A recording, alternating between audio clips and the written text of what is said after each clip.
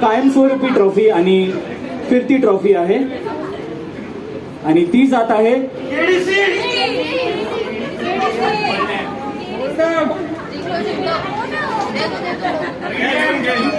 आणि अजून एक छोटीशी विनंती आहे की ज्यांना कोणी प्राइज भेटणार आहे त्यांनी प्लीज बाहेर सेलिब्रेशन नका करू, कारण का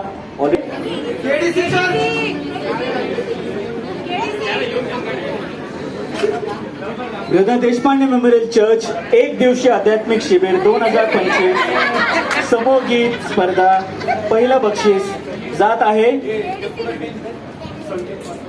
शालेम ग्रुप अहमदनगर।